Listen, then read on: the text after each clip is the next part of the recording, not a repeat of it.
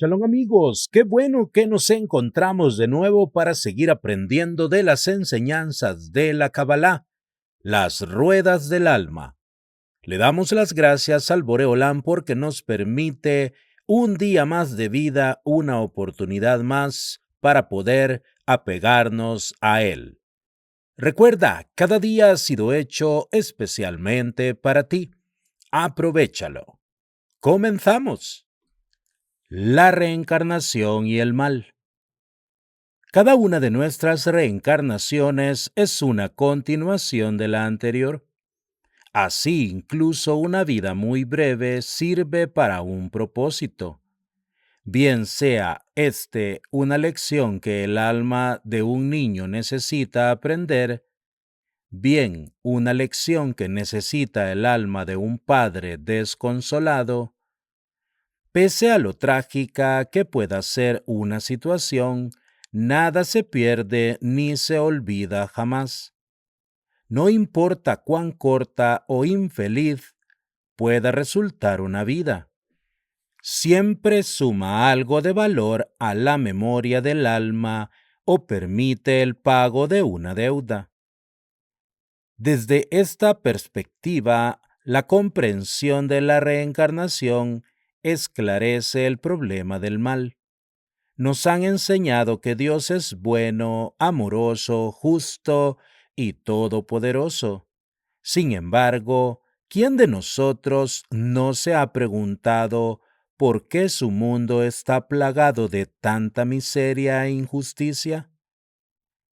Líderes religiosos y filósofos, por igual, han debatido arduamente a causa de este dilema.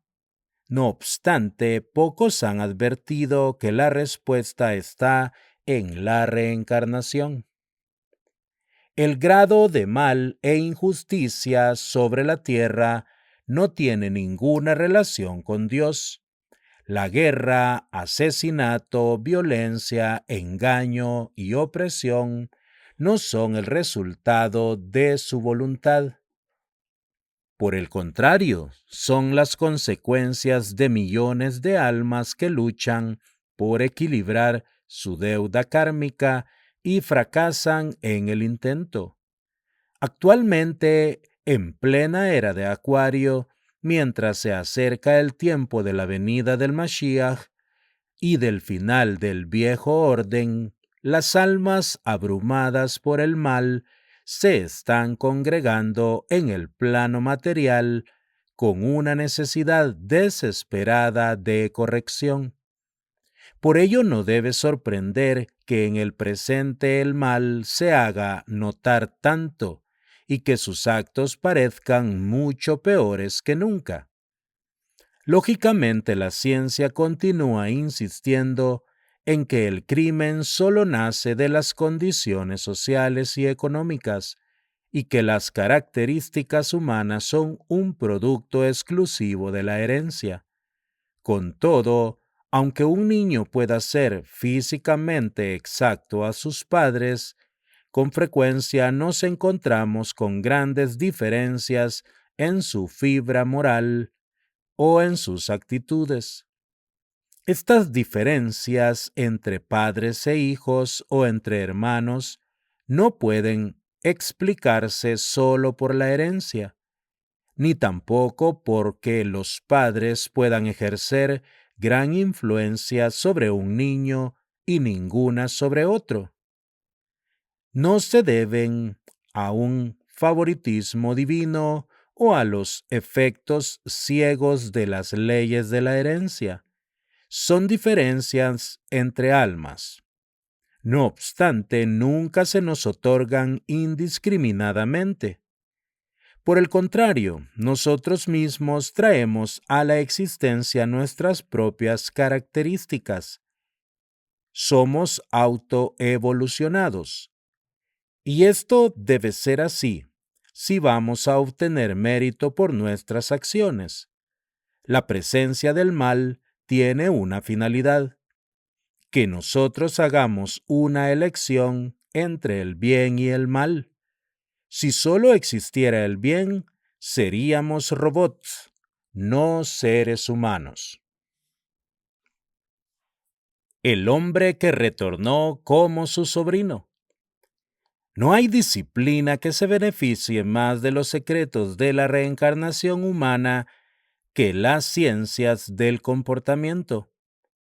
Los practicantes de estas disciplinas continúan perplejos ante un hecho insólito. A pesar de los muchos avances realizados en las últimas décadas, los centros psiquiátricos permanecen repletos de los llamados enfermos mentales, aun cuando en estos círculos la reencarnación todavía se considera indigna de estudio científico. Muchos historiales ilustran su verdad más allá de la mera argumentación o teoría. Uno de estos casos comenzó en un hermoso día de verano, cuando recibí una llamada telefónica desesperada en nuestro apartamento de Ramat Gan, Israel. Nuestra familia debe tener una reunión inmediata con usted, gritó la señora RB, una estudiante del centro de Kabbalah en Beersheba. La muerte accidental o el posible asesinato de mi hermano no deja de acecharnos y mi madre está cada vez más angustiada y deprimida. Exige saber de una vez para siempre si su hijo se suicidó, si fue asesinado deliberadamente por su mejor amigo o si fue herido de muerte por él accidentalmente. El hijo fue encontrado muerto 11 meses atrás. Después de una exhaustiva investigación, la policía cerró su expediente sin llegar a ninguna conclusión sobre las circunstancias de su fallecimiento. Concerté una reunión en la cual todos los miembros más cercanos de la familia debían estar presentes. Sentí que esa sería la única manera de obtener la clase de información que buscaba.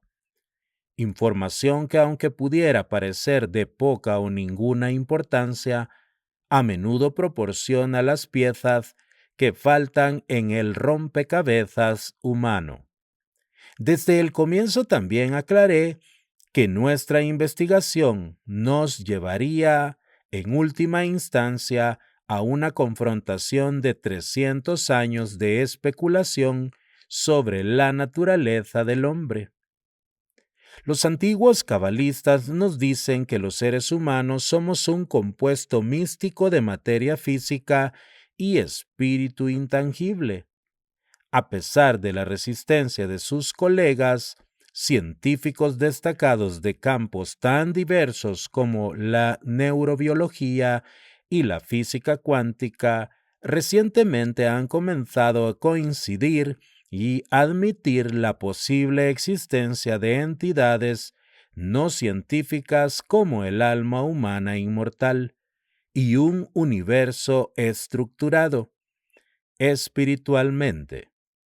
A partir del Zohar y de las puertas de la reencarnación de Rab Yitzhak Luria, he llegado a la conclusión de que la individualidad de los seres humanos no es el resultado de un código genético único, sino que la estructura personal del ADN es un producto del alma inmortal, individual y metafísica que se manifiesta a través del individuo físico. Prácticamente la misma relación existe entre la semilla y el árbol. El estado potencial completo del árbol existe claramente en la semilla mucho antes de manifestarse en forma de hojas y ramas. Operando desde esta proposición, nos embarcamos en nuestro esfuerzo por enfrentar la trágica y prematura muerte del joven. Como ya he dicho, desde un comienzo fui consciente de que la mayor parte de la información que buscaba en esta misión podría parecer de poca importancia para nuestro caso. Sin embargo, estaba seguro de que la inteligencia inmortal e inmaterial del alma era capaz de influir en la materia y que esta conexión produciría información vital congruente con los principios del concepto tikkun de la reencarnación. Los hechos eran los siguientes. Una mañana del verano anterior, Aryeh, un soldado de la armada israelí y residente en Beersheba, había dejado su hogar junto a su amigo más cercano para disfrutar de un día de descanso y encontrar un poco de alivio al intenso calor estival. A las 3:30 de la tarde, Aryeh estaba muerto. Se encontró al amigo de Aryeh en el camino, en estado de shock y confusión, sin recuerdo alguno de lo que había ocurrido. Todo lo que podía decir era que Aryeh yacía muerto con una herida de bala. Se inició una investigación policial que tras 6 meses no arrojó información reveladora sobre el asunto. ¿Se había suicidado Aryeh? ¿Le había disparado su amigo accidentalmente? ¿Había sido asesinado? La policía no podía responder. Para descubrir la verdad, primero averigüé el nombre bíblico correcto de la víctima y su fecha de nacimiento basada en el calendario lunar hebreo. Descubrí que Aryeh había nacido en el 9º día del mes hebreo de Heshvan, que en ese año correspondía a la fecha civil del 12 de noviembre. En hebreo, Aryeh significa león, y él había encontrado su muerte en el mes cósmico de Leo. Obtenido este dato, formulé a la familia de Aryeh una pregunta aparentemente insignificante tras otra, con la esperanza de encontrar el pensamiento o suceso particular sobre el cual pudiera girar nuestro misterio. Ese momento fundamental llegó cuando el hermano del fallecido mencionó a su propio hijo, a quien había bautizado con el nombre del joven muerto. ¿Cuál es la fecha de nacimiento de su hijo?, pregunté. El día 29 del mes hebreo de Nisán, respondió el hermano. Prácticamente no me podía contener, porque esa era la pista que había estado buscando. En ese momento recordé un importante principio del proceso tikkun de reencarnación. En estos escritos, el Ari discute las consecuencias del asesinato accidental a la luz del conocimiento del alma de sus encarnaciones pasadas y los requisitos tikkun de aquellas vidas. Igual que el ADN físico determina el color de los ojos de un individuo, el ADN metafísico puede establecer la razón por la que se ha cometido un asesinato. ¿Qué propósito predetermina, dirige y produce las circunstancias que rodean un asesinato no premeditado o un homicidio accidental? Pregunta el Ari, y basándose en un versículo del Éxodo, concluye que la muerte accidental puede haber sido predeterminada y las circunstancias que la rodean ya conocidas. La Biblia afirma, si un hombre mata a otro y el asesinato está escondido, pero Dios causa que lo encuentren, entonces yo os otorgaré un lugar a donde él pueda huir. Por añadidura, el Ari advierte que el pasaje citado contiene una contradicción aparente. Si el golpe fatal referido realmente fue un accidente, ¿qué significa, pero Dios causa que lo encuentren? Este pasaje sugiere que el asesinato estaba predeterminado por una inteligencia anterior. Comprendiendo el código genético metafísico, como lo haría un científico con las fuerzas que dirigen el comportamiento de sistemas físicos vivientes. El Ari se refiere a una víctima que ya era un hombre condenado antes de su asesinato y afirma asimismo que la muerte accidental era una oportunidad para proporcionarle a la víctima la reencarnación más temprana posible. Además, dice el Ari, de acuerdo con la metodología de las letras cabalísticas, el tiempo apropiado para que las víctimas de asesinato no premeditado retornen con propósitos de Tikkun es durante el mes hebreo de Elul, Virgo. Arié todavía no había llegado a su 20º cumpleaños. Así pues, no podía haber encontrado su muerte a causa de su maldad. Conforme a la interpretación talmúdica, cualquier persona de menos de 20 años no puede ser condenada a muerte por asesinato inmediato.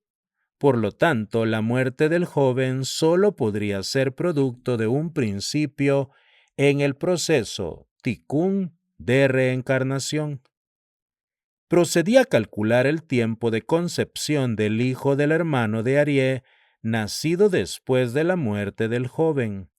Para mi sorpresa, la concepción había ocurrido en el mes de Elul, Virgo.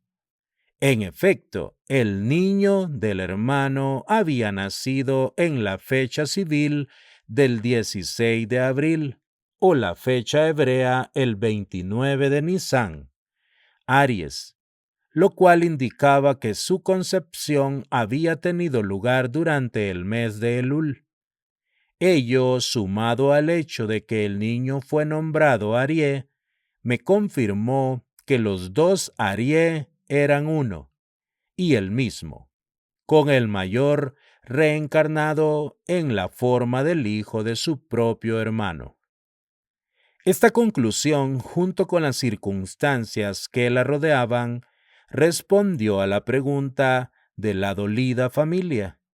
Su hijo no se había suicidado ni había sido víctima de un asesinato premeditado. La prueba de esto estaba en la concepción de un nuevo y, sin embargo, viejo Arié en el mes hebreo de Elul. Junto con el bautismo del niño, con el nombre de la víctima, me encontraba ante un poderoso ejemplo de la intervención del proceso de Tikkun. Cuando expliqué mis descubrimientos a la familia del joven, el efecto fue profundo. El espíritu del fallecido y recién nacido Arié produjo una conciencia moral de intensidad suficiente para alterar sus vidas y hacerlos infinitamente más amorosos entre ellos. Una vez que las personas se vuelven conscientes de sus propias energías espirituales, antes invisibles para ellas, todo su concepto de la realidad cambia de manera fundamental. El mundo de sus 5 sentidos ya no es suficiente. Lo que antes les parecía todo pasa a ser comprendido como un pequeñísimo atisbo de lo que aquel todo realmente representa. Recordar las vidas pasadas. La reencarnación es intrínseca a cada uno de nosotros.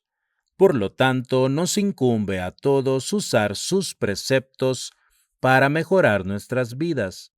Entre las muchas maneras de lograr ese objetivo, la memoria ocupa un lugar preponderante. Sin duda, el recuerdo de las vidas pasadas constituye una prueba abrumadora de la reencarnación. Sin embargo, esta es a la vez la evidencia más difícil de lograr, pues pocos somos los que podemos convocar voluntariamente esos recuerdos. Desde luego, así como no recordar que desayunamos la semana pasada, no demuestra que no comimos. No recordar una existencia anterior no prueba que una vida pasada no haya existido. La mayoría de nosotros no podemos recordar los primeros 4 años de nuestra vida, aunque estos sean los más importantes desde el punto de vista del desarrollo físico y emocional. De acuerdo con el Zohar, nunca olvidamos nada. Igual que los satélites monitorean y graban casi todo lo que se mueve sobre la Tierra, la conciencia humana actúa como una cámara que ve y graba todo lo que ocurre en la vida de un individuo. Pero el problema está en el acceso a los datos, como diría un técnico en informática. En las últimas décadas, los esfuerzos para lograr este acceso han tomado dos formas muy diferentes: el hipnotismo y la meditación. Veremos a continuación por qué fracasa el primer método y el segundo funciona. Una vez que un individuo entra en un trance hipnótico y ya no está atado por las leyes del mundo físico, debería por lo menos, en teoría, lograr acceder a aquella dimensión del tiempo no gobernada por este plano de existencia. En particular, una persona hipnotizada puede sentir una disociación real de su cuerpo, pero simultáneamente responder a las preguntas y sugerencias del entrevistador. Este método no funciona porque solo cuando hay una desconexión completa del cuerpo físico se puede alcanzar conocimiento sobre las encarnaciones pasadas. En cuanto al segundo método, si bien existen tantas formas y variaciones de meditación cabalística como para escribir un libro entero, sin entrar en detalles podemos ofrecer un perfil general de esta práctica. Una buena manera de comenzar cualquier clase de meditación es mantenerse un par de minutos preguntándose en silencio: ¿qué es lo que quiero? Debido a que muchos de nosotros diríamos rápidamente: yo sé lo que quiero.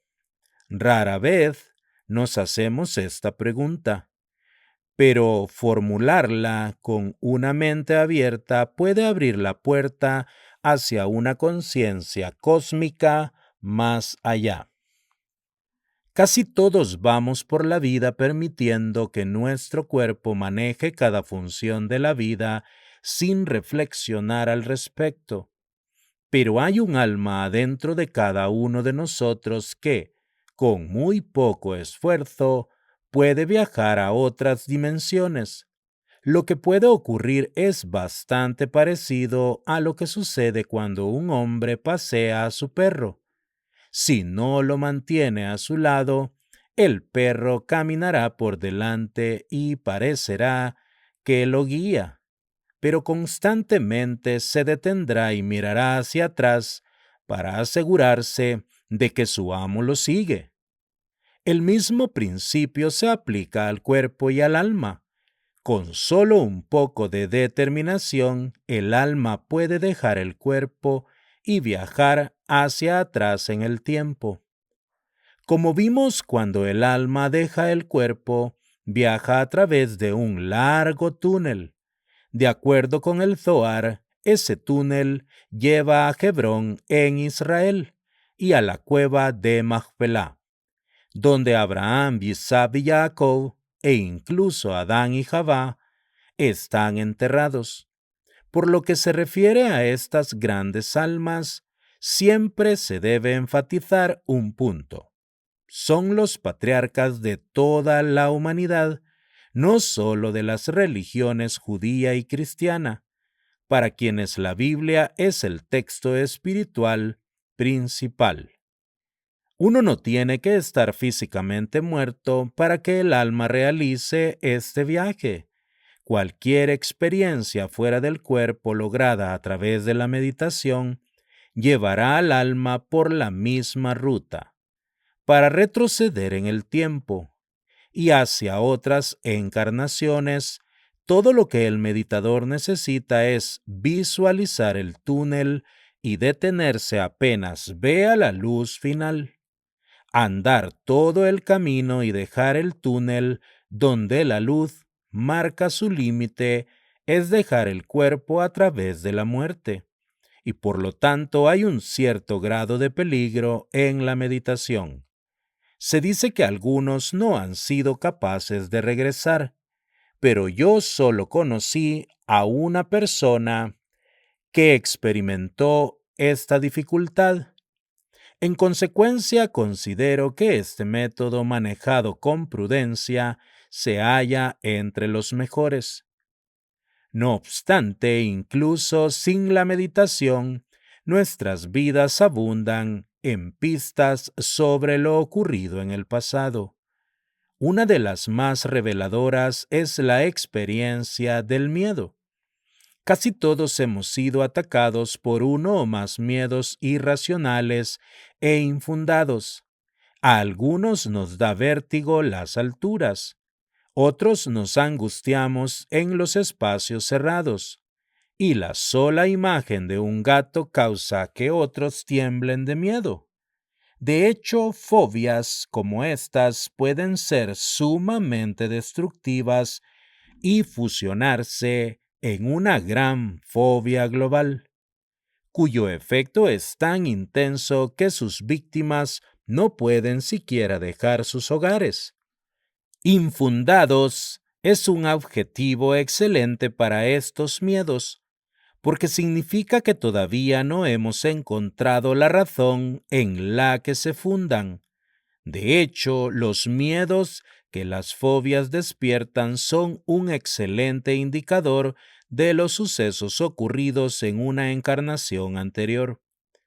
Por este motivo, las fobias no deberían tratarse con drogas o terapia antes de ser examinadas rigurosamente para conseguir la información y pistas valiosas que contienen.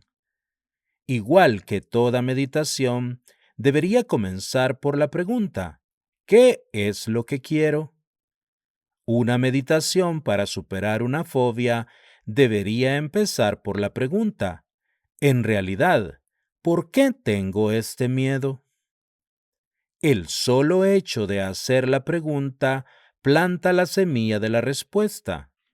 Precisamente lo que está escondido no es la información misma, sino el deseo de solicitar la información. Desentiérrala y comenzarás a progresar hacia el alivio del miedo gracias al recuerdo de aquello que lo causó. Amigos, que Hashem ilumine sus vidas con este conocimiento. Alguien necesita entender lo que ha pasado en sus vidas anteriores. Que Hashem bendiga la obra de sus manos, que el Boreolán mande Parnasato va a sus mesas y que siempre la luz del resplandor de su Torá esté en sus vidas. Hasta la próxima con la ayuda de Hashem.